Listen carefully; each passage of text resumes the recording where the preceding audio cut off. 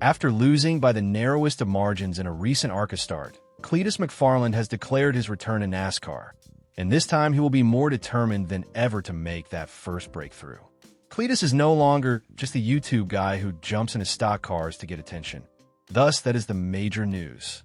He is now developing a legitimate racing program, alternating between the NASCAR Craftsman Truck Series, the NASCAR O'Reilly Auto Parts Series, and ARCA. The Michigan International Speedway is the official location of his next significant National Series test. Today, we will discuss Cleetus McFarland's next race, the significance of the Nice Motorsports announcement, his Daytona truck debut gone wrong, his O'Reilly debut at Rockingham, why his near victory at Talladega altered the conversation surrounding him, and his confirmed schedule for the remainder of the season. This entire NASCAR career may seem like a side project to someone who only knows Cleetus as Garrett Mitchell, the online celebrity behind the enormous Cleetus McFarland brand. YouTube, car builds, racing videos, Freedom Factory events, and a devoted following that follows him virtually everywhere he goes are how he established his reputation. However, the more you look into the specifics, the more clear it is that he is not handling this like a one-time celebrity visit. Through ARCA, short tracks, super speedways, and now many NASCAR National Series appearances, he has been making progress. The Michigan Declaration is significant because we are attempting to accomplish this in a way that truly garners respect. Cleetus McFarland will make a comeback to the NASCAR Craftsman Truck Series on June 6th at Michigan International Speedway, according to Nice Motorsports. The number 4 Chevrolet, which he drove at Daytona earlier this season, will be his vehicle. That's important because NIA isn't a one-off project put together for PR. Placing Cleetus back in that position demonstrates that his Daytona run did not deter everyone from the notion for this well-established Truck Series team. If anything, it appears that continuing to increase reps was always the goal. It was difficult for him to make his Truck Series debut at Daytona. Cleetus didn't act any differently. After being involved in an early collision, the race terminated nearly before it could officially start, and he finished in 37th place. His candor about the crash, however, was what made it stand out. He did not place the blame elsewhere. He didn't act as though the truck had let him down.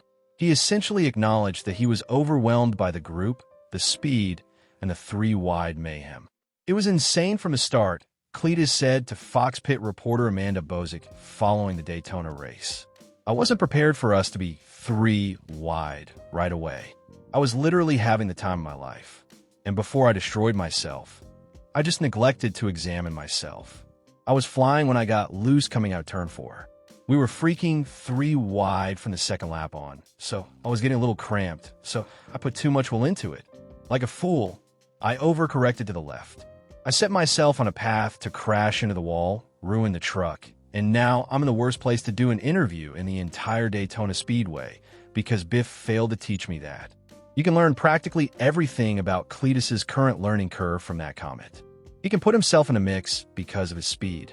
When the air, traffic, and filthy wakes start altering everything around him, he is still learning the precise feel of these hefty stock vehicles, even though he is brave enough to run with the pack. Daytona has no mercy. A small fix can turn into a huge issue. Additionally, Cleetus learned a painful lesson about how rapidly things can change in NASCAR from that first truck start. This is where the narrative becomes more intriguing, though. After Daytona, he did not vanish. He continued to race. Cleetus debuted in the NASCAR O'Reilly Auto Parts Series with Richard Childress Racing at Rockingham Speedway in April. Given how difficult it is to learn from the O'Reilly series, that was another significant stride. You are surrounded by drivers who are experts at every trick in the book. The races are lengthy, and those cars are powerful. Cleetus placed 32nd, and once more, he was quite honest about how challenging it was. Riley, as expected, got my butt kicked, but I finished the race, he stated following Rockingham. As a team, we wanted to finish the race rather than finish last. Thus, we achieved our objectives. That phrase, in my opinion, is significant because it illustrates the distinction between development and hype.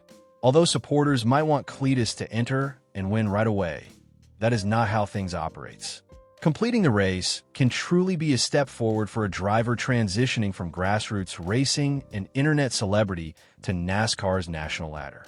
He experienced the lengthier run, learned about traffic, gained laps, and left with experience rather than a damaged reputation. Then came Talladega's performance in the ARCA Menard Series, which altered the mood surrounding his NASCAR and ARCA adventure. At Talladega, Cleetus came in second.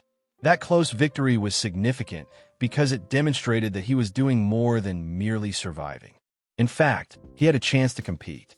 Experience, timing, drafting assistance, and occasionally just instinct are all important factors in superspeedway racing, which makes it an odd beast.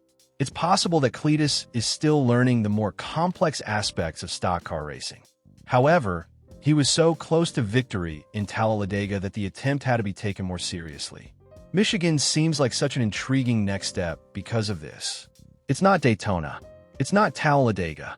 The draft can either propel you forward or plunge you into turmoil. It is not a pure pack racing lottery. Despite its size, speed, and width, Michigan is a great place to practice car control, momentum, corner entry, throttle discipline, and managing speed during a lengthy green flag run. Michigan is a wonderful spot for Cleetus to demonstrate his development if he wants to show that he is more than just a super speedway plot. Additionally, the timing is crucial because he will be attending other races that weekend. Michigan is back-to-back on his schedule.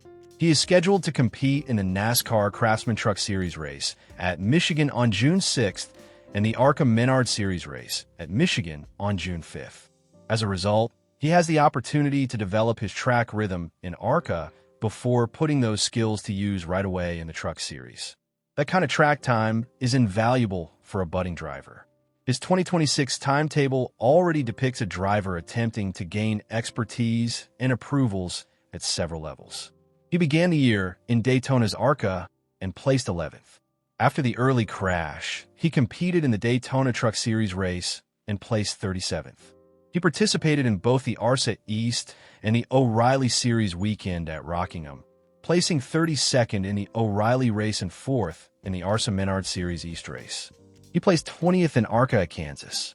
Then he produced that second-place ARCA finish at Talladega, which is still the most notable outcome of this run thus far. Additionally, he drives the number 33 Chevrolet for Richard Childress Racing in Nashville as part of the O'Reilly program. Nashville Superspeedway is not an easy venue for someone who is still learning these heavy stock cars, so that race is another important test. It could be a totally different challenge than Daytona, Rockingham, or Talladega because of the concrete surface, the long turns, and the way tires behave throughout a run. Nashville is an opportunity to demonstrate whether he can advance in race speed if Rockingham was about learning and surviving. Following that, a truck series is scheduled to begin at Talladega on October 23rd, followed by ARCA at Michigan on June 5th and trucks at Michigan on June 6th. Given what transpired in ARCA, it is worthwhile to circle that Talladega truck return. If Cleetus came close to winning the ARCA race there, and that truck race might turn into one of his biggest chances of the year if he has more NASCAR experience by October. Earlier in the season, there was another significant twist. He was denied permission by NASCAR to compete in an O'Reilly Auto Parts Series race at Talladega. Although it may seem severe at first, it also indicates that NASCAR is not giving this a free pass. Before offering him additional superspeedway opportunities in that series, officials apparently wanted him to have more experience on short tracks and continue to grow through ARCA and trucks. Cleetus acknowledged that he still had more truck races planned and essentially accepted the situation in his own video. Even if supporters become impatient, that is the right long-term strategy. There is a purpose behind NASCAR approvals. Veterans in the field make superspeedways dangerous enough. A novice driver must demonstrate his ability to control the vehicle, the air, traffic, and quick decision-making. Cleetus has a following, but he's currently attempting to gain their trust, which, in my opinion, is what makes his narrative so captivating. Many would like to limit this to NASCAR attempts by YouTubers, but it is more complex than that. The crowd is with Cleetus. Yes, he attracts millions of viewers, sponsors, and attention, but he also puts himself in situations where he could publicly fail. Daytona was unflattering. Talladega gave everyone a preview of what might happen if the development starts to live up to the hype. Rockingham was not glamorous, but he continued to show up and learn. Denise Motorsports' return is significant because he will be joining the same team and using the same Daytona number 4 truck. He has continuity as a result. More experience, a completely different track, the same company, and the same truck number. He now has the opportunity to demonstrate that Daytona was not the complete picture.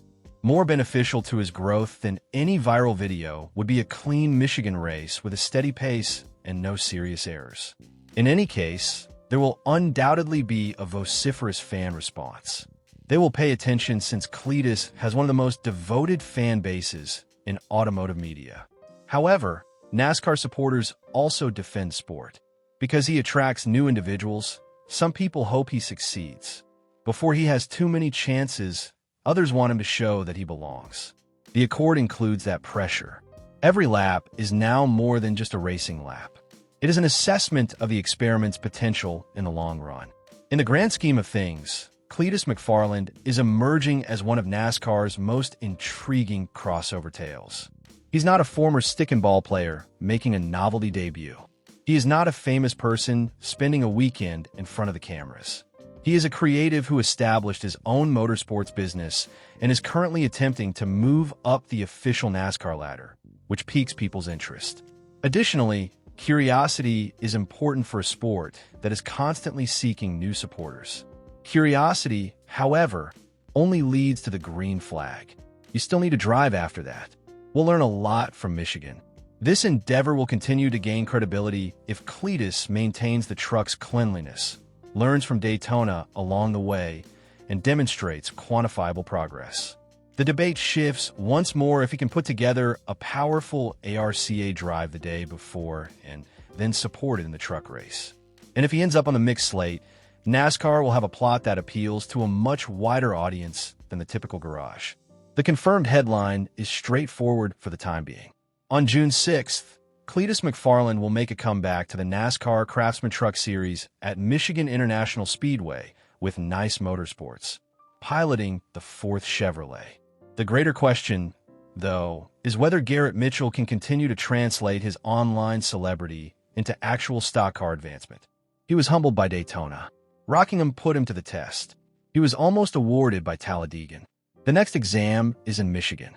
To be honest, I believe that's the reason why viewers will watch. Not because everyone anticipates an immediate victory, but rather because the ceiling is yet unknown. He's already demonstrated enough to draw notice. He now needs to demonstrate enough to convince others. For more breaking NASCAR news, driver updates, race reactions, and all the top stories from around the garage, subscribe to NASCAR Central. Please let me know in the comments, like this video, and share it. Do you believe that Cleetus McFarland will ever succeed in NASCAR? Or is Michigan just another lesson learned?